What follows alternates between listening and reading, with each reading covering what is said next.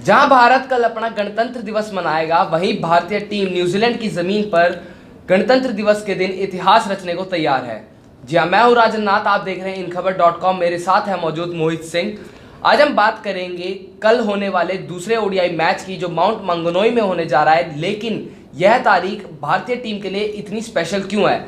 मोहित, 26 जनवरी 2019 भारतीय team New Zealand में दूसरा ओडीआई खेलेगी, लेकिन इतना स्पेशल क्यों है ये मैच? ये इसलिए ऐतिहासिक है क्योंकि भारत ने आज तक जब तक गणतंत्र दिवस के मौके में मुकाबले हुए हैं, भारत अभी तक वनडे में एक भी मुकाबला नहीं जीता है। और सबसे दिलचस्प बात यह है कि तीनों मुकाबले अभी तक जो खेले गए हैं वो ऑस्ट्रेलिया के खिलाफ खेले हैं और हमें तीनों ही मुकाबलों में शिकस्त झेलनी पड़ी है। तो इस हिसाब से विराट सेना कल इतिहास बदलने का मौका होगा। गणतंत्र दिवस हमारे लिए वैसे ही स्पेशल है, तो मेरे हिसाब से कल का दिन इंडियन क्रिकेट देश के लिए और पूरे भारत देश के लिए स्पेशल दिन है। जब बता दें, भारत 26 जनवरी के दिन यानी कि 26 जनवरी में हमेशा एक तो 1986 में मैच खेला था, 2000 में मैच खेला था, 2015 में मैच खेला था, लेकिन तीनों के तीनों ऑस्ट्रेलिया के खिलाफ थे। इस बार पहली बार होगा जब न्यूजीलैंड और भारत आमने सामने भिड़ेंगे 26 जनवरी के दिन। लेकिन इस बार बात थोड़ी स्पेशल इसलिए है क्योंकि विराट कोहली और पूरी टीम बिल्कुल फॉर्म में चल रही है। पिछले मैच में न्यूजीलैंड को 157 रन पर रोक दिया।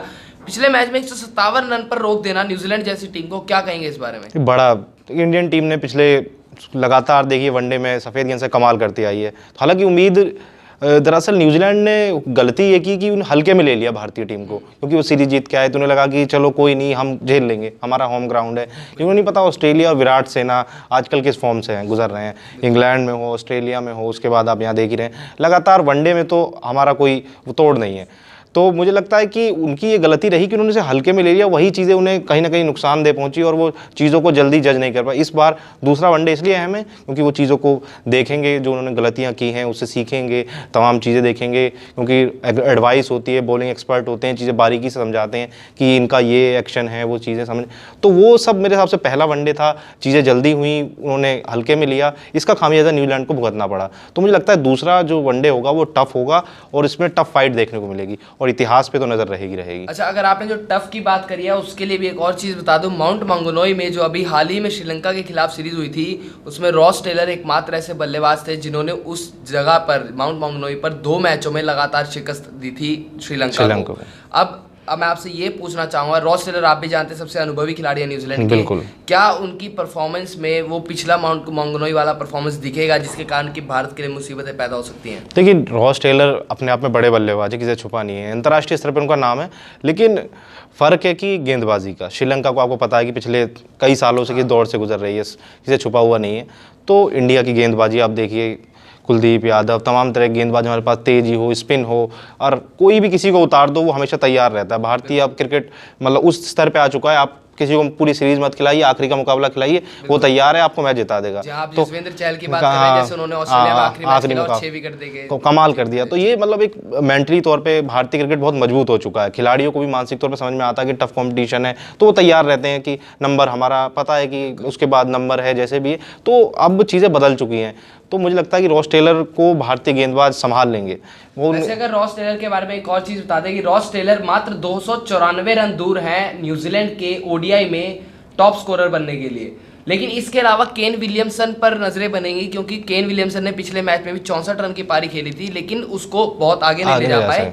तो केन विलियमसन के बारे में आप क्या कहेंगे? तो केन विलियमसन एक अच्छे बल्लेबाज हैं, टेस्ट में हो, वनडे हो, T20 हो, वो एक अलग। हाल ही में उन्होंने ICC spirit of the year का अवार्ड जीता है। तो वो उनकी कंसिस्टेंसी अलग है, वो शैली अलग है खेलने की। तो उनकी शैली के हिसाब से तो देखिए उन्हें रोकना, मतलब हम उन पर लगाम लगा सकते हैं अच्छी गेंदबाजी टाइट करके, या हम उन्हें फंसाने की कोशिश कर सकते हैं। लेकिन वो अलग लेवल के, अलग मानसिक रूप के बल्लेबाज हैं। तो कोशिश रहेगी कि भारतीय टीम की उन्हें कम जल्दी से जल्दी आउट किया जाए और कम स्कोर पे रोका जाए, ताकि बड़ा स्कोर भारत के सामने ना खड़ा। हालांकि न्यूजीलैंड अगर थोड़ा स्कोर बड़ा खड़ा कर देती है तो भारत के लिए परेशानी का सबब हो सकता है दूसरे वनडे में।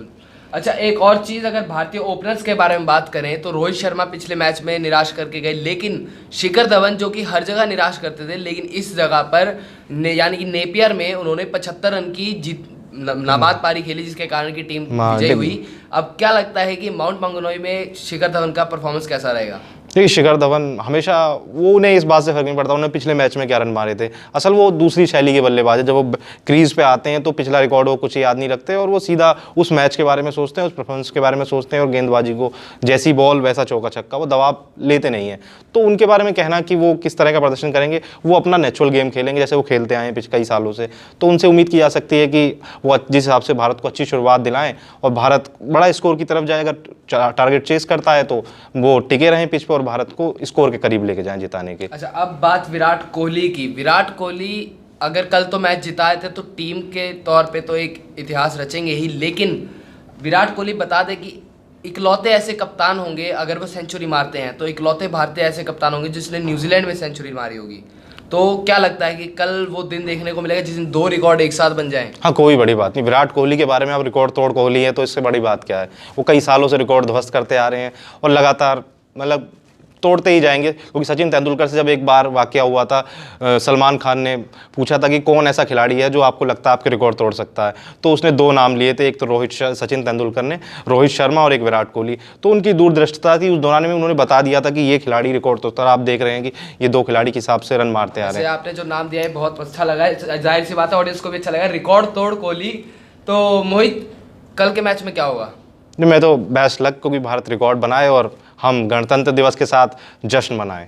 मैं तो यही भारतीय फैन तो गणतंत्र दिवस पर जश्न मनाने के लिए तैयार बैठे, लेकिन देखना यह होगा कि माउंट मांगनोई में क्या भारत जश्न मनाएगा, क्या जीत का झंडा हवा में लहराएगा। अगर आपको ये वीडियो पसंद आया हो तो इसे लाइक करें, शेयर करें, कमेंट के जरिए अपनी बात बताएं कि क्या भारत कल इतिहास रच पाएगा या नहीं, और चैनल को सब्सक्राइब करना ना भूलें।